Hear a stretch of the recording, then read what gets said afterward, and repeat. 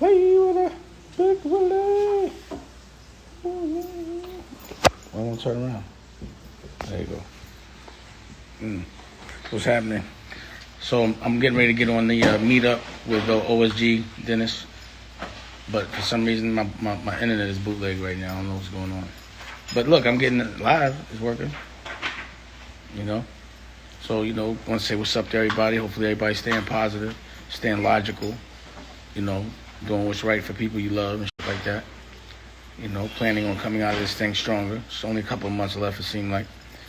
It's always the darkest before the dawn. I don't mean to sound like Batman, but, the issues of today as it relates to education for me is just like they're trying to reopen schools, and I don't see how you could safely do that. You know what I mean? Dennis was bringing to my attention, schools right now got like 20 people in them, and they still catching it. So it don't matter how much money is given. You're going to probably have to reimagine the way you approach school. Anyway, we're on now. You got to suck it up. Well, don't go nowhere, Antoinette. Don't go nowhere because, what's really funny, and I'm sorry for this one because she said something really important. So today we wanted to talk a little bit of learn off for our students and during this time and how important it is for us to address that because we know that nobody's gonna make any apologies to our kids or to our families when they start getting tested again, and then when life starts, getting back to some form of normalcy. So I think today's topic, I think what you just said was so powerful that I think it kind of leads into the conversation that I wanted to have with us today, just about what are we doing about that learning loss, and because I got the opportunity to spend time with so many of the principals in the room as their consultant, as their coach, as their mentor, as their friend. One thing I know for certain is that many of the principals in this room haven't forgotten the importance of instruction, haven't forgotten the importance of social emotional learning. We haven't forgotten about those things, but we know that there's some challenges involved in it. And so while you are standing up right now, I just wanted to kind of maybe ask you really quick about some of the ideas that you might have as to what you guys are doing down in the A about about what's going on with learning loss and things like that, and how do we minimize that across this country? Well, what I would say is what I'm doing in my nonprofit for my brownie babies, because I'm like somebody else. My babies, when they call me, honey, I'm still there. I got kids in my program that's been in my program since they was in elementary and they in college, and I'm still right there as the mama. So what I'm doing is I tasked my nonprofit advisory board to go out so that we could be able to have virtual instruction for our kids and in-person instruction for our kids. And so I actually challenged my corporate sponsors to be able to come in and be able to give back. So now I got my team now going out to put the budget together, what we're going to need to be doing and all of that. So no matter where the child lives at, whether they're in Atlanta or somewhere else globally, we're even looking at international that we can come in and to be able to have educators like you, because I told them we ain't doing nothing for free, okay? Our freebies is over with. So you better say that, honey. That's right. Is it possible that you can share the information in the chat? Definitely about the foundation, anything that we as a coalition can do to support. But then you also mentioned, quickly during the Sister Queen Spotlight, but I was drawn to you. Just the spirit led me to you, and then I read your name. I said, I know that name, right? I said, please don't tell me that's the woman that took the pen off the ledge. There's you. So you said that you are doing something to support women, and it's going to be next Tuesday. Can you discuss that a little bit? So what I do is I do a Living on Purpose program. It is a 12-week program that I come in and put women back in the driver's seat. I only take 10 women. I call them W10s. So when you all are here on the ground trying to figure it out, I have educators in there and all of that. I only got, I think, about 4 slots left. And so what we do is I come back and support you and all of that.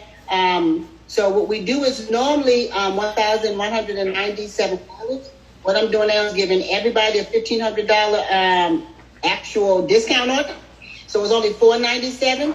And so what I'm able to do with that is just come back and support women. So you'll get an actual one-on-one coaching session with me. You have a room with powerful women just like this. Your business ain't going to be on CNN.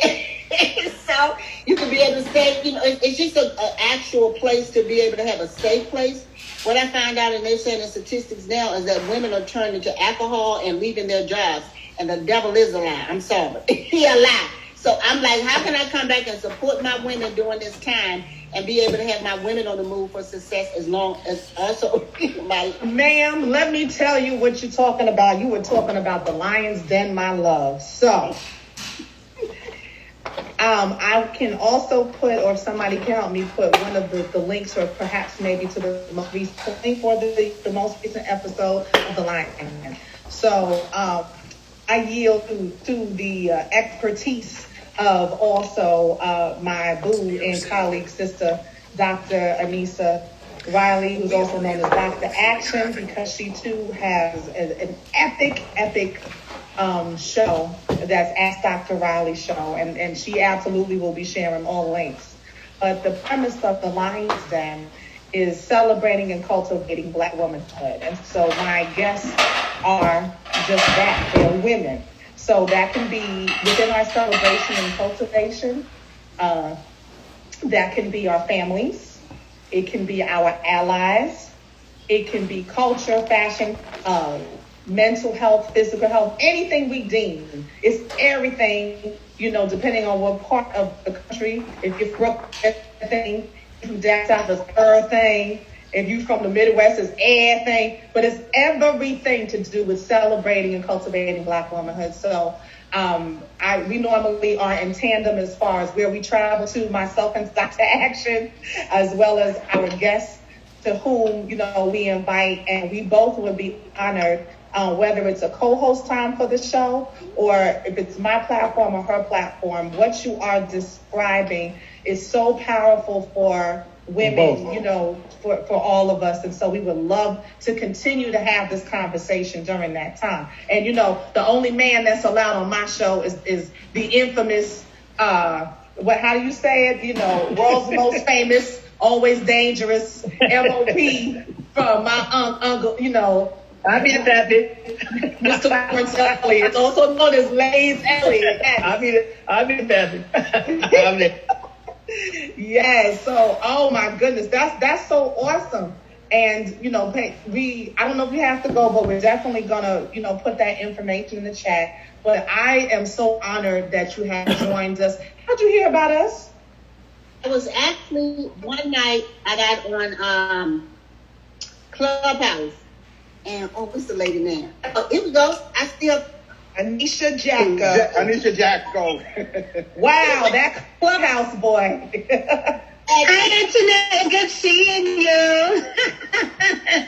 I'm looking for a face from the back. And I had been on that since then, but she invited me to it, so it's great to see you again. So can I just say something? So a lot of us in here have a relationship with God, and I am one of those individuals that has a relationship. And when you began speaking, Miss Antoinette, about, well, first let me go back. When the story went national, I knew that was a God moment, right? And so now you identifying yourself now as to who you are is another God moment. And so I just want to decree and declare on you the Holy Spirit's presence and power to continue to empower you and give you discernment and give you wisdom, because the life that you saved that day and your own or for a purpose. There was a plan that the enemy had to take out destinies, but because walk in your purpose, there are more destinies that you are commissioned and are supposed to touch. So I just want to put that out there and speak it into your life, and know that all that you're doing is not in vain. He hears your tears. He sees your cries. And I bind up anything that the enemy has planned for you, because he was mad. He was mad because he didn't win that day. But we take that field by force. We take that ground by force. The gates of hell cannot prevail. And I know this is not that, Dennis, but I just had to say that to make sure that you understand that there's a blessing on your life. And I just want to say, I praise God for you. Thank you. And it is decreed in the name of Jesus. No, and you know what, Dr. Riley, I mean, listen, to me, it's not about the appropriateness at all. You know, the reality of it is everybody in this room, and I think Antoinette would agree, you know, you all as school leaders put your lives on the line every single day. You know, whether it was going into the building or whether it's now virtual, you know, some of you still can't stay out of the building. You know, in the past couple of days, I've had at least 3 or 4 principals that I know really, really well that have had 5, 4, 3, you know, kids in their building have tested positive for COVID. And any of these same principals have been in their building during those times. And so when we talk about covering and when we talk about prayer and we talk about making sure that everybody understands that, you know, you don't need to be walking in there, uncovered or going in there without prayer. I think it's very important to know that what you said, Dr. Riley, was important. There's, you know, there's no shame. There's no shame here. There's no need to apologize about that. But, you know, every single day I think about the people who sacrifice every day to go into those buildings. I think it's very important that we recognize that they are true heroes. And I think, Antoinette, if you let me know if you agree on that you don't feel that you're the only hero here. You know, you was a hero that day, but you know every day that you walk in, that you talk to educators, other school leaders, know that they also too are superheroes without capes. That's exactly why I'm here, because baby, it takes a village, okay? So I appreciate them words, and that's why I'm here, because I pray for y'all every morning at 5:45. It ain't no. I'm like, come on, Jesus, yes. Yeah, because we in this together. We the ones on that front line. Come on, sister. Absolutely. Come on, Jesus. Absolutely. And I think, guys, listen, you know, it's weird when you think about every time before I walk onto this Zoom at 4 o'clock on Thursday, you know, I always take the time to pray and really allow for my tongue to be bridled so that the things that come forth out of my mouth are things that every one of us needs to hear about and what we need to do collectively. And, you know, just the other day, I'm thinking about just the importance of the learning loss of our young people and why that conversation needs to be had. And none of us are here to make any excuses for why the learning loss exists. We're here to come up with solutions. We're here to talk about it. We're here to set the expectation as to what learning loss actually looks like and exactly how we actually combat it. Because our young people are the ones who are going to feel it the most.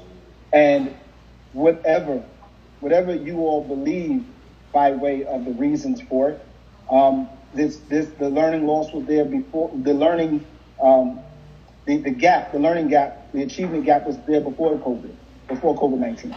So we understand that it was already there. Now, when you think about, if you just put it into 3 different categories, right? Just the folks who have, you know, quality instruction, remote instruction, they're still going to lose anywhere between 3 to 4 months of instruction. You talk about people who have, you know, low quality. They're going to lose about 7 to 11 months of instruction. But those kids who don't go to school, literally, they can lose a whole year and a half worth of instruction.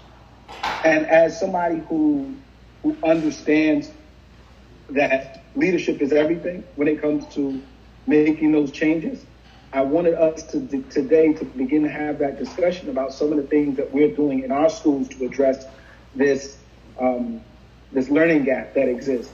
And then in a few minutes also too, well, you know what? You know, a friend actually, we spoke the other day. She came on, we spoke on a Zoom. Her name is Asia Whitehead, and I guess I'm just going to be obedient. Her husband, Bishop Whitehead, is also here with us, and I think it's a unique situation how he got here today. And we asked if he could join us from the other day, and it's funny how, Bishop, how you came on today and you noticed that there's been this conversation about, you know, the believers. And again, I'm not here to push any religion on anybody, but I think it's not strange or coincidental that you were invited to come on today to have, to join us in conversation about, what your children and your family are experiencing by way of remote learning and things like that. But I also know that you're trying to do some big things in New York as well. So without any further ado, brother, again, I'm gonna let this work the way it's supposed to work right now. We're gonna get back to it, but I think it's very safe to say that it's not coincidental that you're here. And I want you to kind of introduce yourself a little bit to the people who may not know you. And then also, too, maybe you can help us with this discussion about what we're going to do about learning loss, because I think it's safe to say that even in the church, even in the mosques, that there are going to be some form of learning loss. So I want to turn it over to you, Bishop Whitehead. Thank you for joining us. Thank you so much. Yeah. Thank you so much for having me.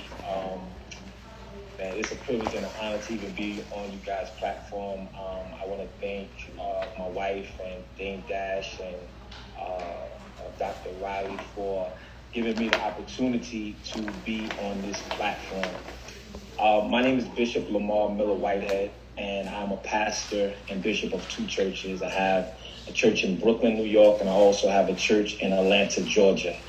And God has been amazing to me, and just to hear your stories and just to see how the Holy Spirit started to fill the room, I sat back and I just was like, wow, this went left, like wow, because God always knows how to set and establish an atmosphere. A little bit about me. I'm actually running to be the next Brooklyn Borough president of Brooklyn, and I will be the youngest borough president ever. Brooklyn, if Brooklyn was a city, we will be the fourth largest city in the United States of America. Los Angeles, Chicago, and New York, in that order, are the only three cities that are bigger than Brooklyn. I had a rough life growing up, and when I grew up in Brooklyn, New York, where my father, Arthur Miller, was beat and strangled to death by 16 white police officers because of the color of his skin. They choked him to death, the 77th precinct, on June 14th, 1978. So I had to grow up with the endeavors of not even understanding my father, not understanding the other 50% of my DNA, and my mom and my grandmother and my older sister raised me. Then as I moved forward, I got into basketball. I was one of the leading scorers in New York City. I got into modeling, acting, and I went to school. When I came to New York, I started my own mortgage firm, real estate firm. I've been doing real estate for over 20 years. And then I was approached by the police department to tell on some friends that I knew. Since I did not want to cooperate with the police department, they railroaded me and sent me away to prison for 11 of the 30 to 34 years. But by the grace of God, I was able to write my own motion and be released from prison. And then when I came home, I got ordained as a pastor and a bishop, and I opened up now 2 churches. And now I'm moving forward to the office of the borough president. So the theme of this story is from the prison to the pulpit to the office of the borough president of over 2.6 million people. And when I look at all of the educators here, and I've been doing the research and just throughout my life in Brooklyn and looking at how the school system is, it's just been a makeup to fail. And we have, the reason why I've gotten out of the pulpit into politics is not because I'm a politician, but because I'm a leader. And we need leaders to pour money into our community, into our schooling. One of the biggest pandemics in our culture, and I look to say COVID-19 has already been here. It just wasn't named COVID-19. And it was to distort and destroy our school system. One of the big Achilles heels of our school system is poverty, right? Our children are coming to school with already pressures that they haven't been eating, that their parents, they either have a single parent in Brooklyn or in our school system, only a mother, maybe a father. In Brooklyn, 8 out of 10 homes, the fathers are in prison. The mothers are raising the children. So they're coming to school with that attitude. And I look, since this had turned, you guys opened the door for a religious impartation in this. And Psalms 91, it says that God gave angels charge over us so that our foot will not dash against a stone. So when I look at the educators, you guys resemble Psalms 91 because you protect our children. You protect our generation. Without you, there will be no generation. You guys protect. You guys serve our babies. You take your time and you're responsible for uplifting our children. So how would I be the best president?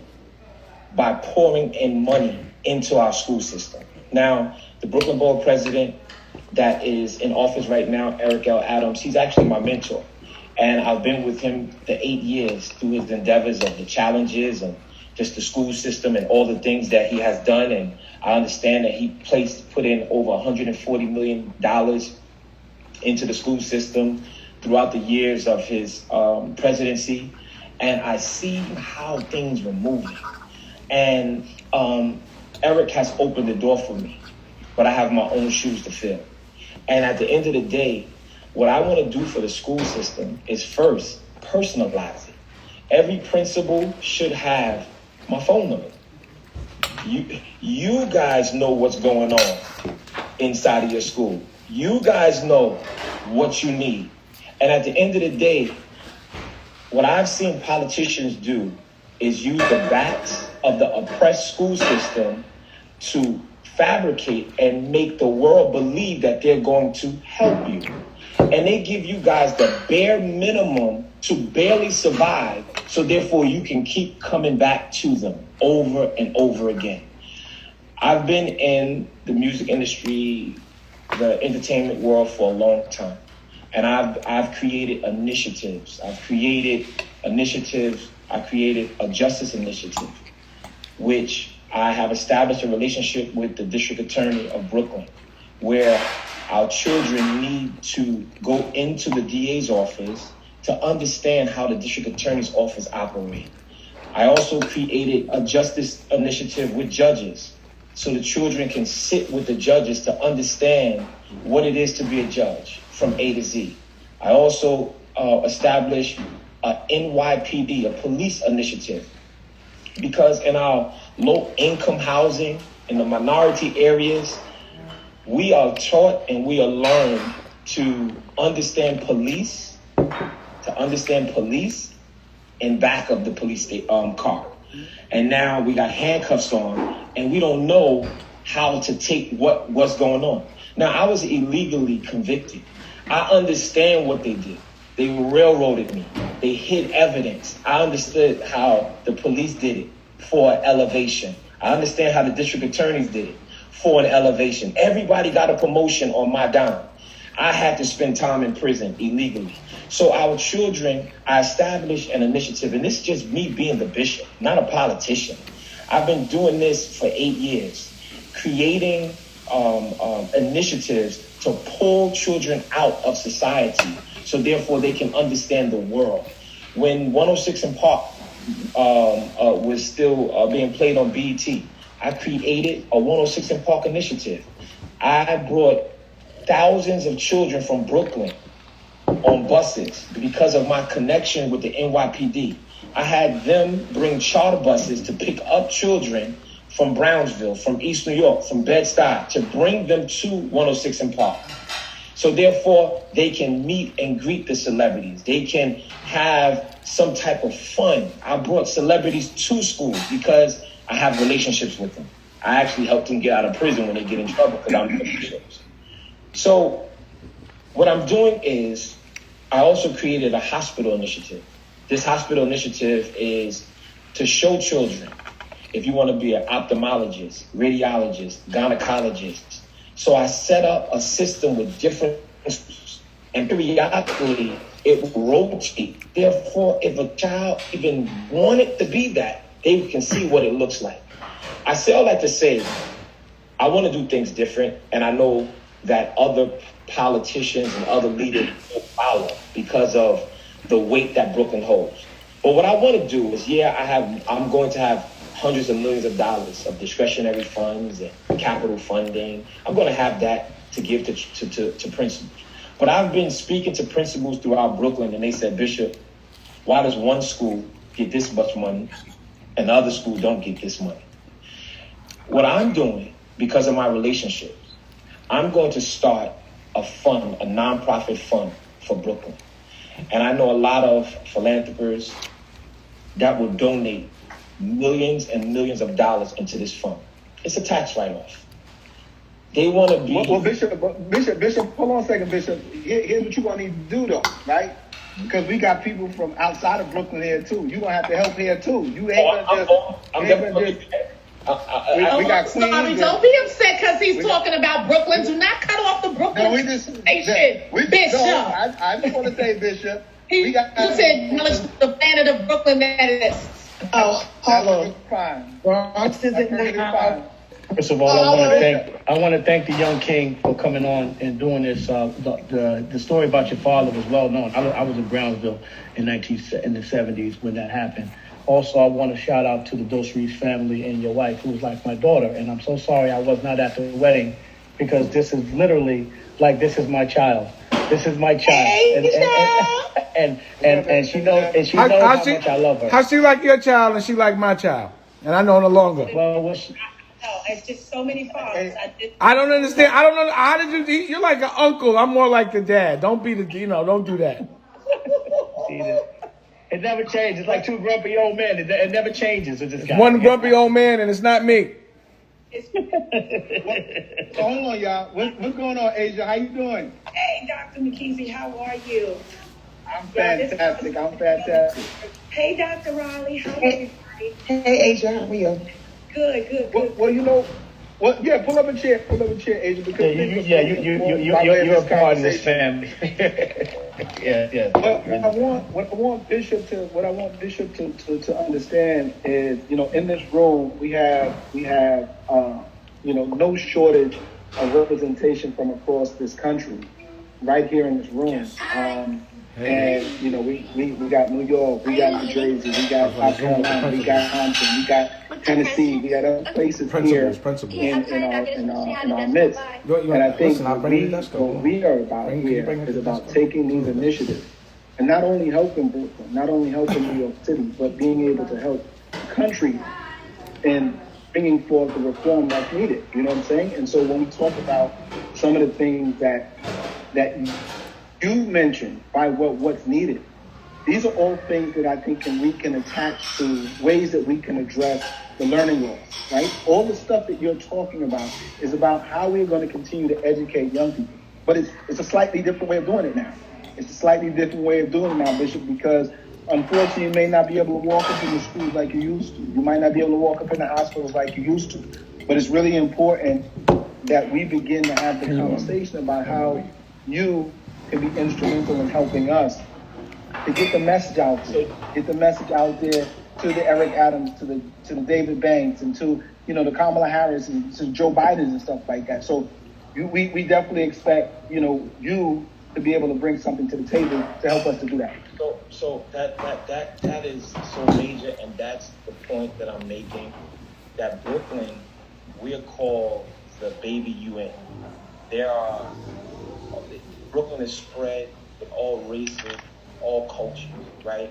And what I've learned is the reason why we, as a people that's trying to pull our people up, we haven't had a foundation.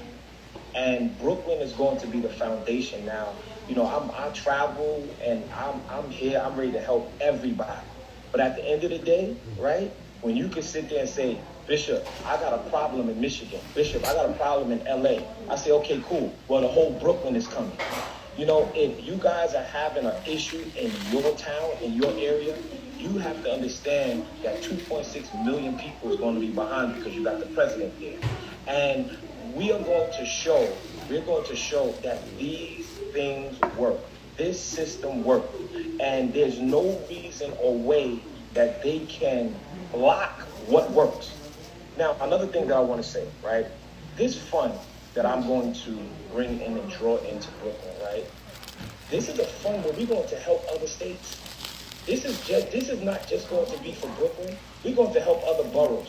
One of the things that I've learned in Brooklyn and for my sisters and brothers in the neighboring boroughs in Bronx, Manhattan, Queens, Staten Island, did I miss one? Bronx, Queens, Manhattan, Staten Island, Brooklyn. Okay, I missed none. Right? I want to let you guys know that all of the borough presidents, we're going to be affiliated. We're going to be tight. We're going to move as a unit, right? And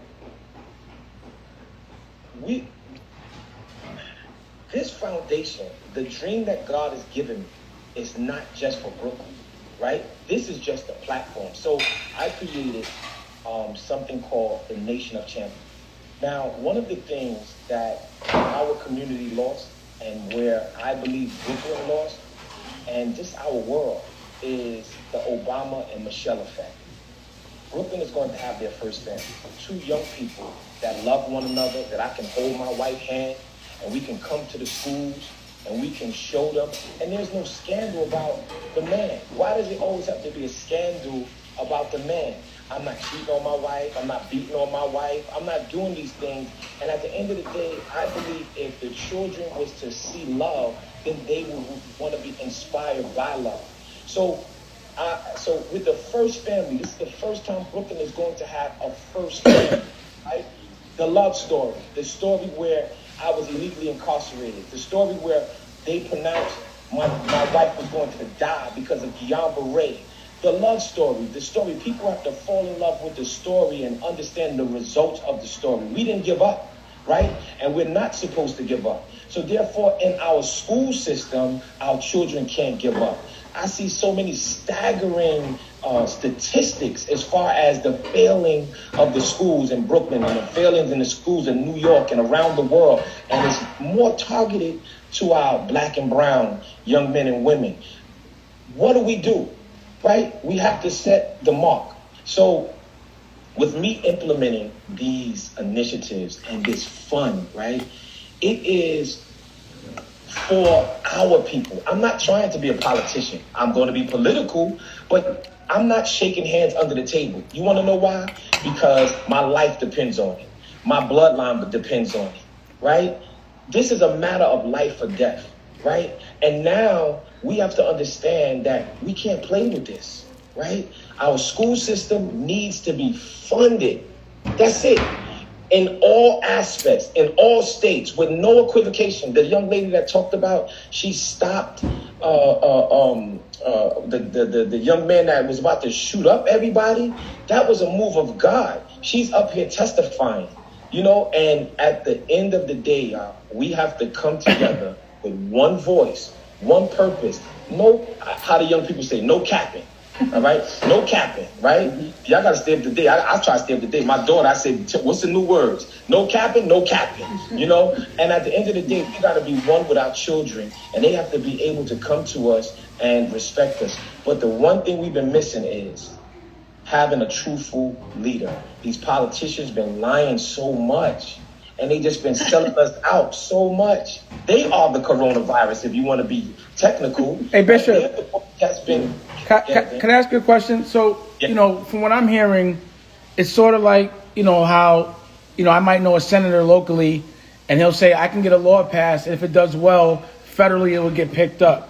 So by using Brooklyn as an example of the right way to spend the money, sharing all that information with the other borough presidents, that template can be implemented other places because it works. I get that.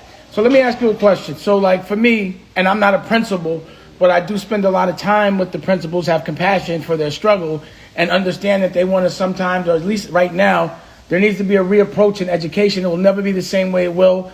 And, what Dennis has been saying is, it ain't no money that's going to make it safe to go back to school right now. Kids are catching COVID when there's only 20 people in the classroom. So how can we reapproach education?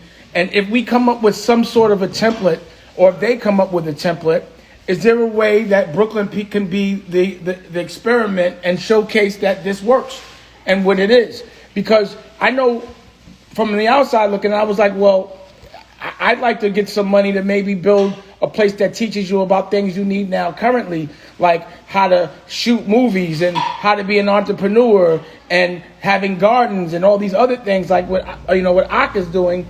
Collectively, could they show you all the innovative things that are happening and that could be implemented in Brooklyn? Just asking, Yes.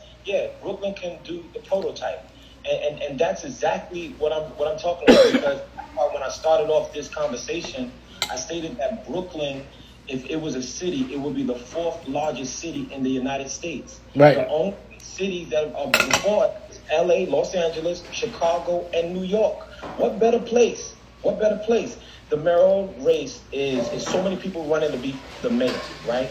At the end of the day, the most important piece that people are missing is Brooklyn. And we can prototype different things. And to answer your question also, Dane, is yes, it's going to be different going back into school. A lot of parents are not going to want to send their children to school.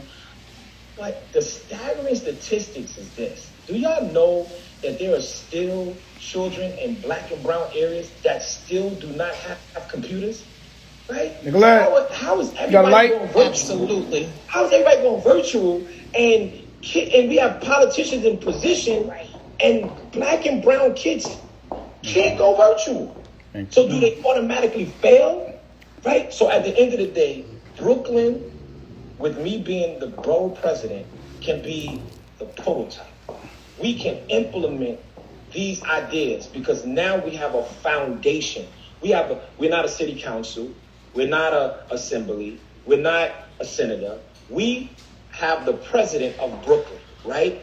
Which is the president of over 2.6 million people. It's an army. So at the end of the day, once we show that it is proven in Brooklyn, the world has to follow. It has to follow. We're number 4 in the United States. So they have to follow. Oh. And at the end of the day, I'm sorry. Well, I was going to also say that because you have all this collective of principles from all over the place, when you want to get something done, even though you could do what you want, you already have the seal of approval. Like, I just talked to 90 principals and they said this is the best way to do it. Because I think they're also a great source of information to implement and validation because it's from principals from everywhere. So it also has a foundation of support based on the people that are giving the information. Oh, dang, this is what I... And Bishop, can I just jump in real quick? Because I think you said something important.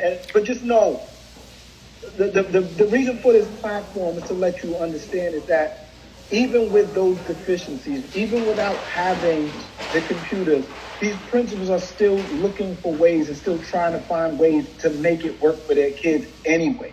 And I think I want to make sure that this platform remains about highlighting the fact that there are principals on here that are doing things out of their own pocket, that are begging, borrowing, and even at times, sometimes stealing ways to make sure that our kids have those resources. So I don't want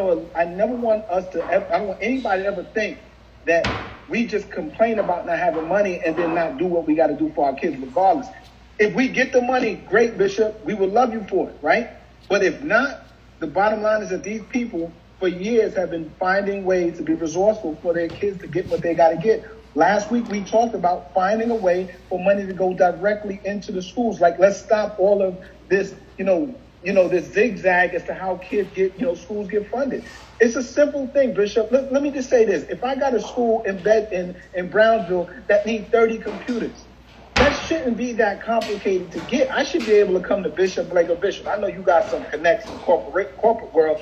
Yo, can you hook me up with that? You know what I'm saying? You got people in Tennessee that I just read an article the other day. You got people in Tennessee that are getting corporations together and getting universities together to get out there and actually provide tutoring for kids who are falling behind. That's being innovative. That's the type of stuff that we're talking about here on OSG. It's like we don't want anybody to feel sorry for anything that we're doing. We just simply say, give us what you say you're going to give us. But even if you don't, we still going to be out here doing what we got to do. So I just want to make that real clear that everything that you're saying is exactly what we've been talking about for the past week. And I want us to know, like, I need these people to walk away knowing, like, Bishop, they got somebody that they can turn to and say, listen, Bishop, listen, my school, 20 of my kids in hotspot. Can you help me out here? And even if I'm not telling you to go dig in your pocket, I'm just saying, point us in the right direction. So that's amazing, right? Let me say Let me this, know when you're ready. because this is going to touch on to everything that you're saying. The first thing that I'm going to do when I become the next Brooklyn Borough president, or when I become the borough president, you see how we have 90 plus principals on, right? I'm going to have a meeting. We need to collectively create a multifaceted initiative for all of our schools at large, right? And we can take this to the White House, because I'm going to have the key to it. And we can say, listen, Mr. President, this is what we're going to implement, right? And we're going to start it in Brooklyn. If this works, you have to sign off on the budgets for every state in the United States, right? Now that's power, okay? That's power. Another thing, you stated about how the principals came out of pocket for things in the school. There should be a reimbursement system to give back to principals and teachers that came out of their pocket, right? One of the initiatives that I want to create, and this goes for globally, this goes for all of our states, this is globally. I wanted to implement something that I created. It's an initiative called Adopt a Grandparent, right? And I took it from this initiative. So this initiative that I have is that I created as a bishop, that I'll have, because there was such a disconnect from young people and our elders. So I said, how do I get young people and elder people get closer to our younger people? So I said, this Adopt a Grandparent is young children adopt a grandparent, which you go to their house or go to their senior citizen location, and you help them for an hour or two to get to know them and to get to conversate, right? So with that theme and with that theory, I came up with something called Adopt a School, right? I know a lot of different people with money and celebrities and things of that nature. I want to put together a coalition of people that have money, that want to do business in Brooklyn. There's so many people that want to plant stores and plant any type of networks in Brooklyn, because we are the largest borough. So if you want to do this, and if you want to be a business or a businessman or a businesswoman in Brooklyn, you have to play your part. So therefore, I'm going to find people that are wealthy to adopt schools, and therefore they have to give, and that's what you were talking about. Why do you always got to go the loop-de-loop, the down, and this pass and that pass, and then you get the money and it's all broken down? So this is another direct hit from one person to another. And with the Brooklyn Borough president, it's going to be a direct hit as well. Now, I'm going to have government money or budget that I have, period, hundreds of millions of dollars, right? So certain things that get signed off, yeah, that's formality. I got to do that, but that's going to be extra. If I sign off from this nonprofit, is going to go to the school, period, point blank. There should not be no children that don't have hotspots. There should not be no children that don't have sneakers. There should not be no children that can't afford lunch. There should not be no children that... We have too much power. And at the end of the day, politicians and politics, they allow you to eat the bare minimum so you can vote for them to go higher. I'm not trying to step on the backs of the oppressed. God told me to be the president of Brooklyn. My desires for anything else is up to God. I need to do what God says to do right now, and we need help. We need a leader, not a politician. Well, Bishop, one of the things that when I developed this coalition, which is now a non-for-profit, which is also 501c3, like all of the above, I did it for this reason, right? Because we weren't going to be a bunch of people who talk about what it is that the needs are and not do something about it. We are right now looking and pursuing grants from all across the country to try to do just what you mentioned. And I think it's very important that in your conversation. See, it's funny when I look at you and I talk to you, and I've known your wife for years because of the school that your children used to attend, that I used to go in and support the principal there. The one thing that's for certain is I know how genuine she is about doing what's right for young people. And I know, obviously, because you two are that connected, that you feel the same way. Just wanted to make it real clear that I know for a fact that if we weren't talking about you going for Brooklyn Borough President, that it's probably, most likely you'll still have the same conversation with me now than you would back then. So I think it's important that, one of the things I want to make clear is, as far as why you're here and things like that, we just happened the other day just being on a call. Asian came up in the conversation and was like, all right, just tell you to come on. And it wasn't even about Brooklyn Borough President. Like, it really wasn't. We didn't even touch base on that. We just really wanted you to come through because I think what we are trying to do is to continue to grow this coalition of influential people to actually help the overall cause, which is we want our young people to have a future. We want them to be we want schools to be funded properly. We want principals to be taken care of as well.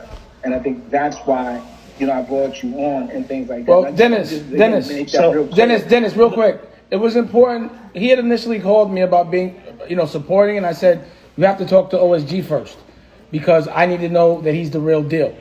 And, it was funny. The person that he was saying was his mentor was on that on last week or the week before, and I just felt it was important to get that validation out. My question is this: if we know that if he's in there, he's going to give phone numbers, he becomes the plug. He's giving a lot of. He's saying he's going to do a lot. How, if he's going to do these things, can we help get him there? That's my question, and that's because that's part of the power of OSG, I think. Absolutely. And Bishop, and I'll say this for them. I'll say this on behalf of OSG. Like, every one of us here don't live in Brooklyn. Everyone here don't live in New York City. And the bottom line is that, in terms of people who's here who's able to vote or, anything like that, that's why I want to make sure that people understand is that you're not here campaigning for that, because you got to assume that most people here may not be from New York City. And I just want you to know that every time you come here, that we're about solving a problem, right? We want to know, Bishop, I need to know where I get these hotspots from. I got a school in Brownsville right now that there are kids who don't have computers. And I need to be able to call Bishop and say, Bishop, not Bishop the politician. I want to make it very, very clear that you didn't approach me about coming on here to campaign. You didn't approach me for that at all. I'm glad you mentioned the things that you mentioned, but it's in alignment with what we have been talking about the past week, which is how do we get direct funding into the school? How do we make sure that the stuff that we want for our kids happen? And that's really what this is about. And when we talk about what the whole objective of today's meeting was supposed to be about, which was about learning loss and why it's happening because people are playing games with kids. It's happening because people are saying they're going to do stuff and aren't doing things. And so when I think about the people that are in this room, so Dennis, can I politely interject? Hold on a second, ladies. Hold on a second, ladies. But what I want people to understand real quick is that that's why, I mentioned in the email to people when we were getting together that I want this to be a 2-part series. That we can't obviously address the entire issue of learning loss in one sitting, but I do want it to be made known is that no matter what we're talking about here, I'm going to always circle back to how in the world are we going to get our young people an opportunity to succeed in a world that already has them as a permanent underclass? What are we going to do by way of connecting the dots with you and Pastor Cologne and Antoinette and different people from all across the country to make sure that this agenda gets met with a level of force and passion that we have as OSG? Go ahead, Lace. Well, I just want to take a second because when Asia's father, Keith, told me she was getting married, I remember she was in the hospital. I was in Europe traveling, and my heart was going out to his family. And I was talking to her father, and he was telling me about her new husband that she was going to marry, Bishop Whitehead. And I said, well, tell me about him. So I started following him and watching what he was doing. And I just want to let everybody in the room know that everything that he talked about today is consistent and in alignment with who he's always been from the time that I started watching him. So I just want to give him a salute. And I'm proud of you, young man. I think this is an awesome thing that you're doing. And I feel as if that we should wrap our arms around the young brother and make sure that he gets our support. And you have mine. Understand me. And, you know, it may not go as far as some people, but it goes a long way when you have my support. So salute to you and welcome to the family. And with me as well. Can I say something? I can get the phone call right after this if he wasn't. Thank you so much, man. I appreciate you. Can I just say something? So But Dr. Riley, hold on. Hey, Bishop, I need you to do me a favor. I need you to make sure out of your own mouth that people know why you're here and that you weren't invited here on to campaign for anything. Right. So, all right, I need you to say that. Yes. That is accurate. My wife, I was sitting here at the computer. I don't know. I think I was on another Zoom, and my wife came in here and she said, "Babe, I want you to come up here to talk about." They told me about the school system, and you will be a very important person to get on. And then Dame got on and said, "Yeah, man, you need to talk to the principals about schooling and different things of that nature." So it had nothing to do with me, a platform as far as me running for the Brooklyn Borough presidency.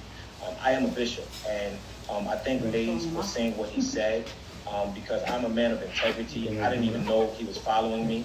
This is the first time I'm meeting him, and you know, my thing is all we have is our word, right? That's it. And with the culture that follows me, I mentor Fabio, Foreign, I mentor a lot of the different big name rappers that's out there. They call me at 2, 3 o'clock in the morning. My wife can tell you, sometimes I got to get out of my bed at 3 o'clock in the morning because someone or a celebrity needs me to come to their house or come to their come to their hotels because of the simple fact of some trauma of experiences that they're going through. At the end of the day, I can't tell them not to. That's true. Yeah, I can't tell them not to be on drugs or not to cheat on their wives if they see me doing what I'm telling them not to do. So I have to be a man of integrity across all lines. And I tell people, what I can't say 5 times, I won't say once. I am a straight shooter, period, point blank. And if I say I'm going to do it, I'm going to do it. I don't have time to play no games. It's either you're going to like me or not. That's your problem. That's not my problem. I can't get in the way in between, right? I'm going to give you my best foot forward, but everybody's not going to like me. Everybody's not going to love me, right? But then as you get to learn who I am, maybe you'll get to love me in your own time, you know? So I just want to say this, y'all, because Dame had a question that wasn't answered. He said, what do we need to do to get me where I need to be? Well, the disconnect from our community into getting the right person into office is this. We do not donate and we don't vote. What we like to do is see who's winning and jump on the bandwagon. And the other competitors that are campaigning to become the next Brooklyn Borough president, if you really look hard, you will see that they are politicians. You will see what they've been doing. And why do you think that something's going to change if you don't change? That's insanity, right? And we have to understand, in order for change, we have to change. And we're raising money. The reason why we just started raising money, and we raised a substantial amount of money in the last week or so, but the reason why we are quote unquote behind in money is because the other candidates been raising money for 3 years. I just started raising money a week and a half ago. And we've raised thousands, tens of thousands of dollars already. Why did I do that? Because I'm a bishop first. I'm a man of integrity. How in the world can I ask voters? How can I ask people in the city of Brooklyn and throughout the world to donate money to me if we're in a whole pandemic? There are people didn't have a Thanksgiving. There's people that didn't have a Christmas. So what I did, me and myself and my church, we purchased over 450 turkeys and gave away turkeys to the community. Now, to date, I've given away over 7,000 turkeys and did not get funded by no one. I've never got a dollar from not one politician. You see, politicians give away because they get the money from the state. Me, as a bishop, I've been given, to date, over 7,000 turkeys, over 7,000 toys. To date, all you got to do is YouTube Readers of Tomorrow or Bishop Whitehead, and you'll be able to see it. So, and on Thanksgiving, we gave away over 450 turkeys. And then I left there with my team, and we went to a grocery store. We shut down the whole grocery store, unbeknown to anybody shopping. And we said, for 1 hour, y'all spend $20,000. They went up to $25,000. Myself and my team paid $25,000. Then for Christmas, I did a live. I gave away over $6,000 to $7,000 to families that didn't have food, that didn't have toys. And then we gave away additional money and toys to children for Christmas. I went on the corner of Sutter and Mother Gaston. I called the chief of police. He shut it down for me in a matter of minutes. And I've given away toys. So I could not ask anybody to donate anything to me before I continuously gave back. So now, 2021, I began to raise money. We're raising money rapidly.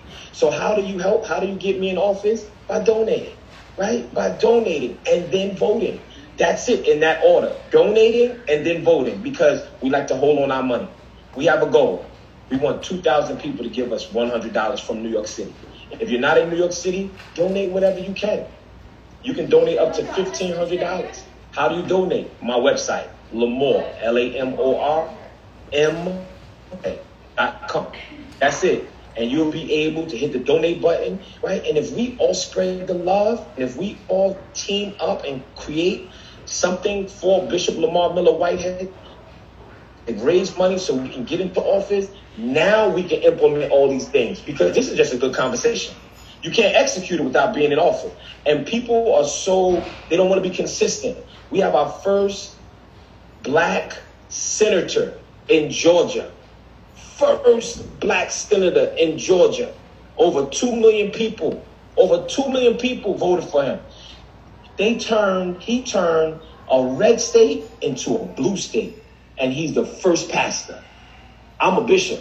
Well, Bishop, don't move. Bishop, don't move, Bishop, because I want you to stick around for a minute, because and then I'm gonna have to turn y'all loose on the principals. I'm gonna let the principals get at y'all next. But I have another guest who reached out, who I think would be great for you to say hello to. She's a councilwoman in the Bronx, Vanessa Gibson. Vanessa Gibson, you here? I'm here. What's going on? How are you? We're fantastic, Vanessa. Thank you for coming on. No, I spoke with Dr. Riley the other day. We said, I got a chance to be part of some of the stuff you were doing in the Bronx. I know you've done some turkey drives and things like that. I was there with my son. I got a couple of pictures with you and Jamila T. Davis and a few other people. So I know you're very, very good friends with our mayor, as well as Sean Patterson from Mount Vernon and stuff like that. But I think what's really important and powerful about you joining us today as well is because, OSG is about young people, and we're about change, and we're about ways that we can bring forth the necessary changes in our communities, not only in New York City, but we got representation from all across the country in this room right now. And one of the things that we wanted to kind of talk about was like that learning loss, the things that our kids really struggle with and what we going to do about it. Like our kids, some don't got computers, as Bishop talked about, some don't got hotspots and a few other things. We're going to make sure that we do that. But I just wanted to kind of give you a few minutes to just say hello to everybody, let them know who you are and things like that, what you got going on in the Bronx. Thank you so much. Well, number one, I got a lot going on. So, I try to be short, but I love to talk. So, I'm like my pastors. You can't give me a mic, but I appreciate the opportunity to speak before all of you. Shout out to everybody, to Dr. Riley. I see you, one of my amazing principals at PS 132 in the Boogie Down Bronx. Dr. Johnson, I see you from Longwood Prep. God bless you. And everyone, I have been out on the ground every day since the pandemic hit last year. And I'm a doer. I'm a doer I don't talk about it, I am about it. And, you know, a lot of times people talk the talk, but they don't walk the walk. And I appreciate everything that Bishop Whitehead has said, because it's really, really important. We have to understand that we are here for a time, a season, and a reason. We have to make sure our season is meaningful. Our children have been traumatized by COVID. Recognize that everything happened for a reason, right? Since racism for 401 years, black and brown kids on the pipeline of prison, mass incarceration, all of these things that have happened to our people.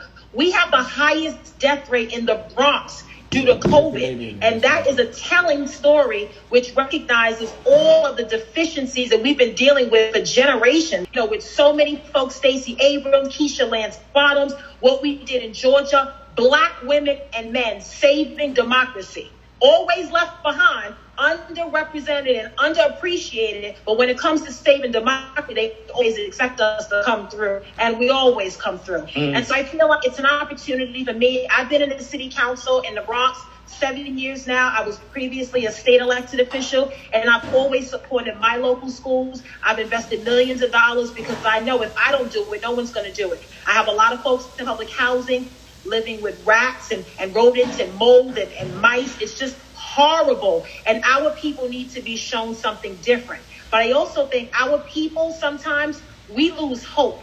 We lose hope that we have the opportunity to create a better tomorrow.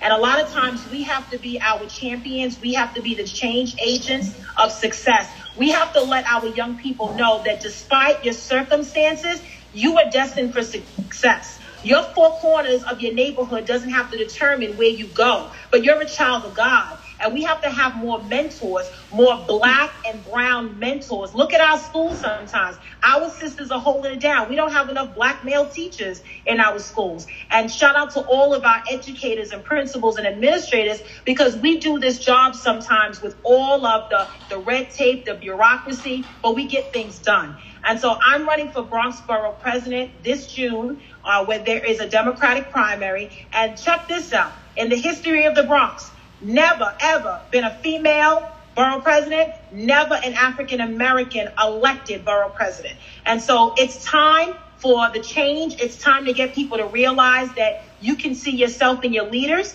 Like Kamala Harris is the first, but she doesn't have to be the last. And we're trying to do that at a local level. So there's a lot that we are doing. And I love this space that all of you are in. And I would love to keep coming back, because I think it's important to talk about the issues. But the one thing we don't always do as black folks, we don't have a plan.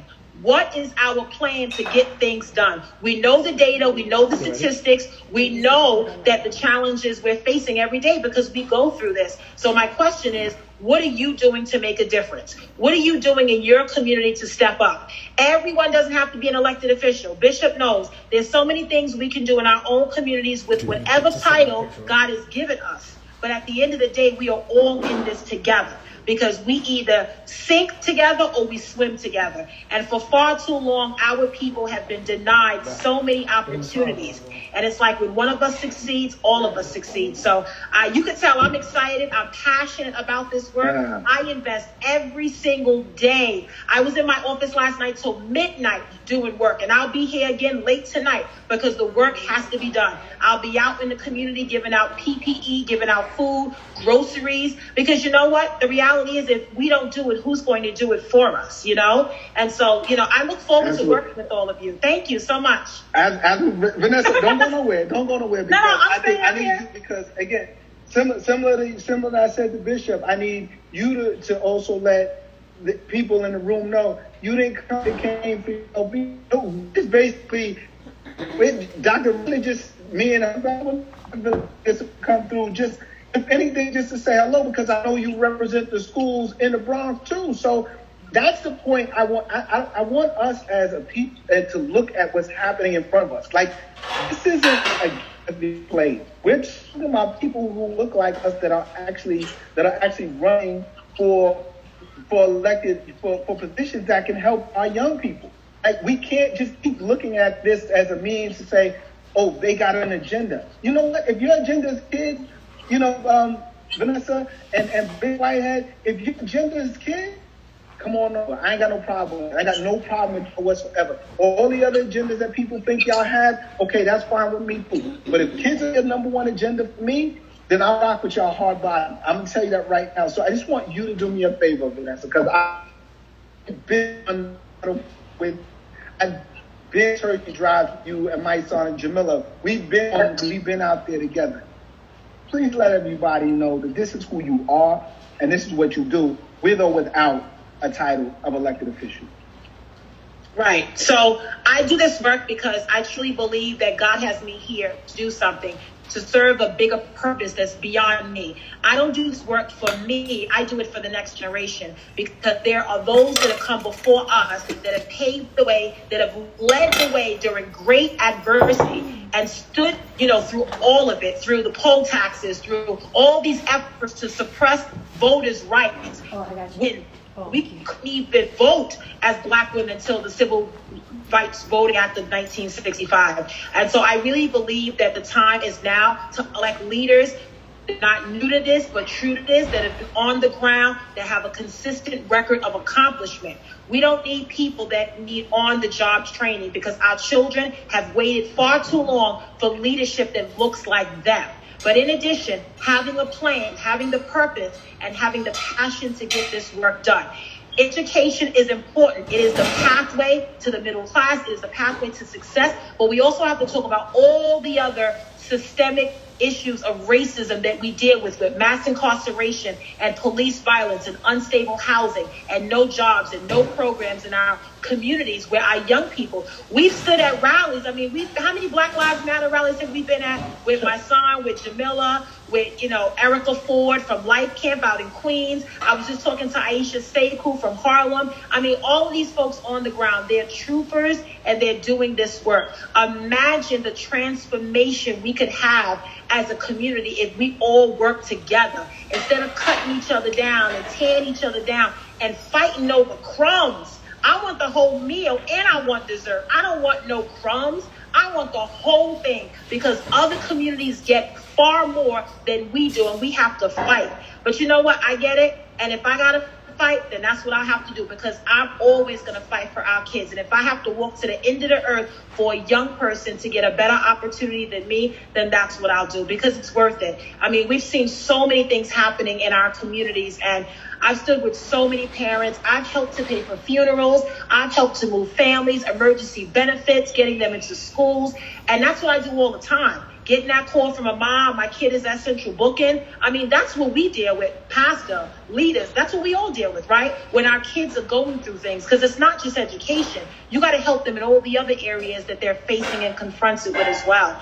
And so, I just want to appeal to everyone out there that our work is not done. I want to encourage all of you, because sometimes as people of color and women of color, we wear everything on our shoulders. But I'm here to remind you that your work is not done, and there is a greater purpose for all of you. And do not give up on our kids.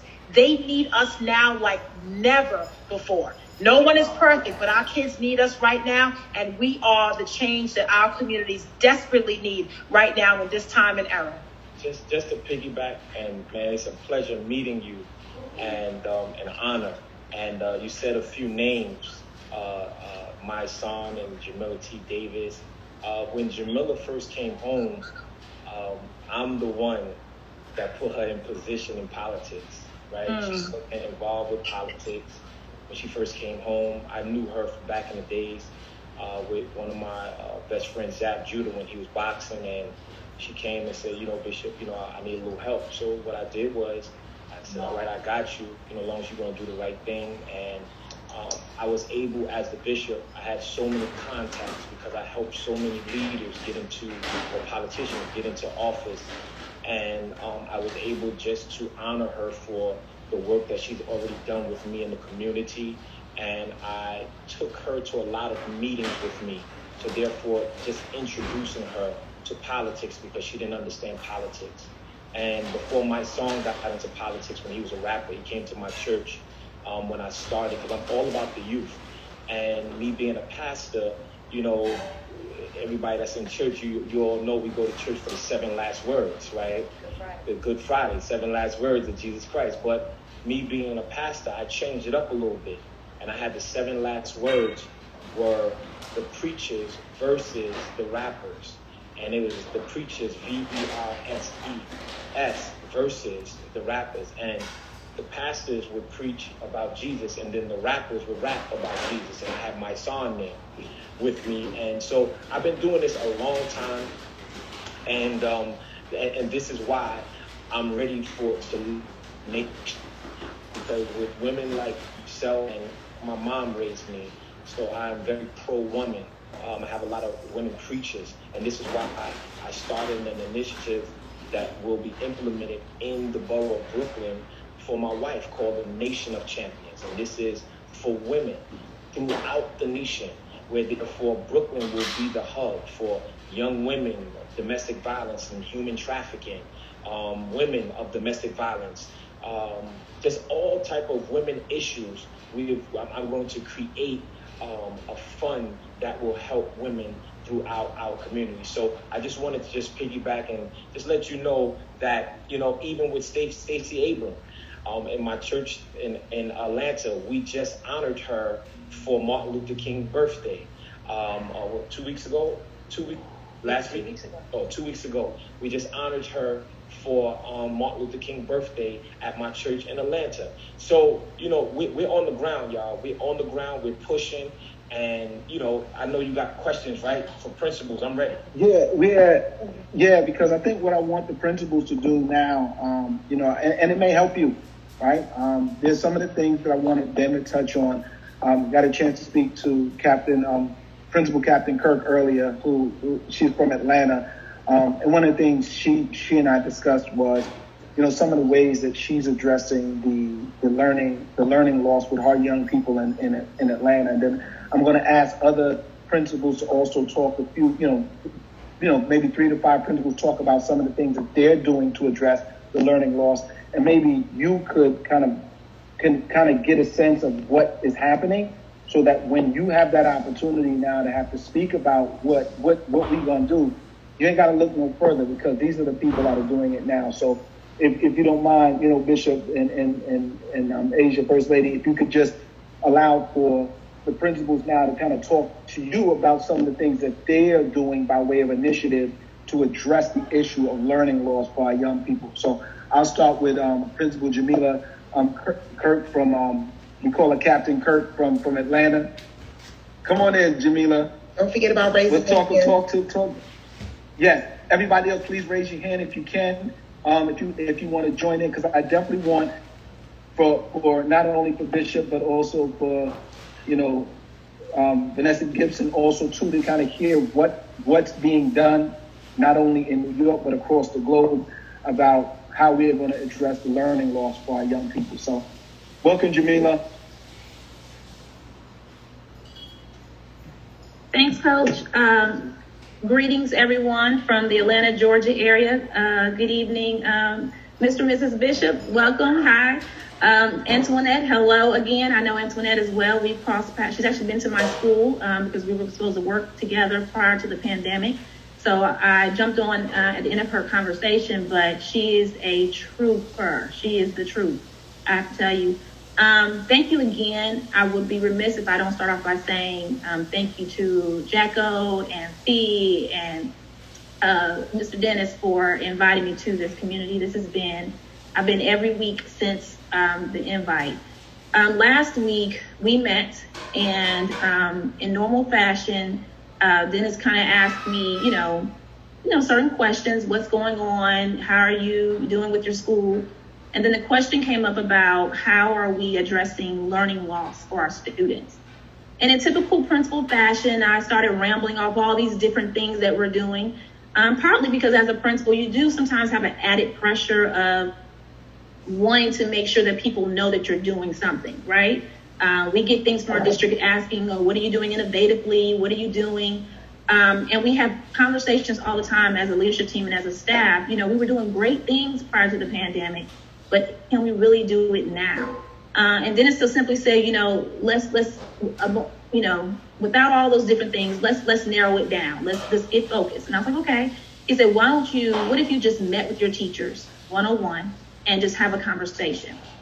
to find out where your students are. Because we had data meetings, we pulled out the MAP assessments and the iReady assessments, but we hadn't had conversations about like where are students truly based on our teachers, right? We want teachers to treat them as professionals. What is your professional judgment about how your students are performing and your ability to reach them?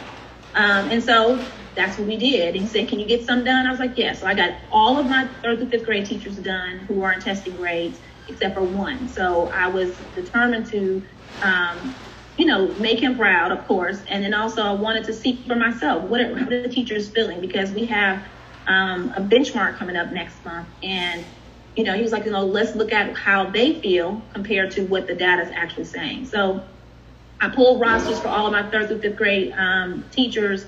And one of the first things that I did was met with my leadership team, because I think it's important to have the right people around the table.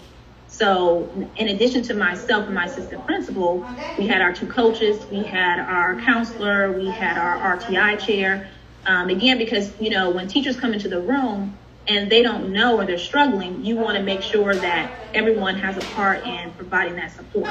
And I'm a leader that I truly believe that the people around me are smarter than me, right? And so I want them to be able to give that support. So we met. I simply just pulled rosters. We had 3 colors. We highlighted blue if they were on track. We did yellow if you had minimum concern, but quite not on track, but you might put in a 60-day action plan in place, some things that you can put in place. And then pink, we highlighted them if they were, you had some concern. Are they retention consideration? Do they need to be in RTI? And we just met with every teacher, and they just we went student by student to determine where they felt their students were. The consensus that we're having, and I'm sure I'm not the only principal, our issue has been the engagement. Getting them to simply just get online. We're having that issue with, contacting parents or students who are at home by themselves and they don't have adults that are there. So a lot of our students are not passing because they're missing assignments, they're not getting them done, lack of supervision. And even for us, there's some parents who don't know. We met with a parent who says, well, I asked him to show me our Google Classroom, but he hasn't showed it to me yet. So, I can't put my template on other parents. And so we decided as a team and that we would get together and we figured out how can we engage our students more. We have the technology. We gave out hotspots as a district. We give out meals, breakfast and lunch every single day through our buses and in front of my school. So they can come and drive by or we can drop them off. We go door to door, even though we probably shouldn't, but we take additional technology or devices to students because we want to eliminate any barriers, any challenges. We do all those things. But the one thing we can't do is go into the home and make the students sit at the table and really work. And so the question became, well, Kirk, why do you think students are engaged? I said, well, think about it. When we're in the building, brick and mortar, it was an escape, just like it is for our teachers. They want to be in the building. There was escape for them. Now the things that they were typically escaping from, they're trying to learn in the middle of that environment. That's tough. And not only that, we see everything, we hear everything. So we have to lead with compassion as well. We have to lead with grace. So one of the things that we talked about was, okay, we're going to get them engaged, because one of the things that really worked well for us, and Dennis brought up the fact that sometimes we abandon things. If we know that it worked before when we were brick and mortar, why aren't we continuing those things in virtual? So one of the things that we did, we had check-in. Every adult in my building, including custodians, who's sitting right here, including custodians, front office secretaries, everyone had a student, a scholar that they had to check in with every day, period. And so we said, why can't we do that now?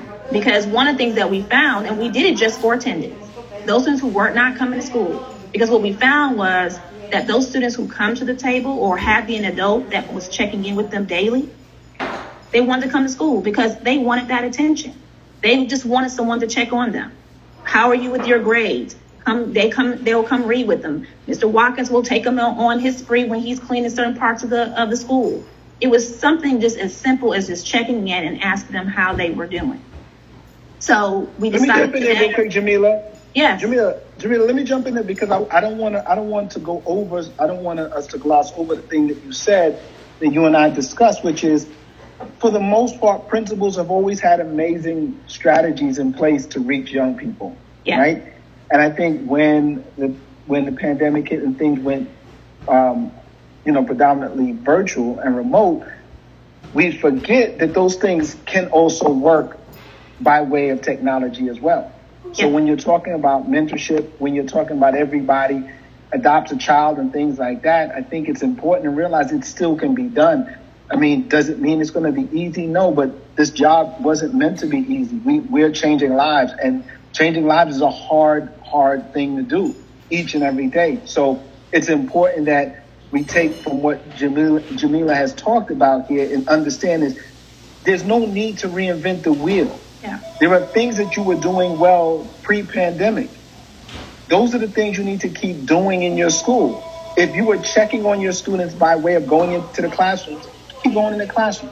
If you were checking on families who were struggling, keep checking on families that are struggling. If you had a mentor program in your school, continue the mentor program.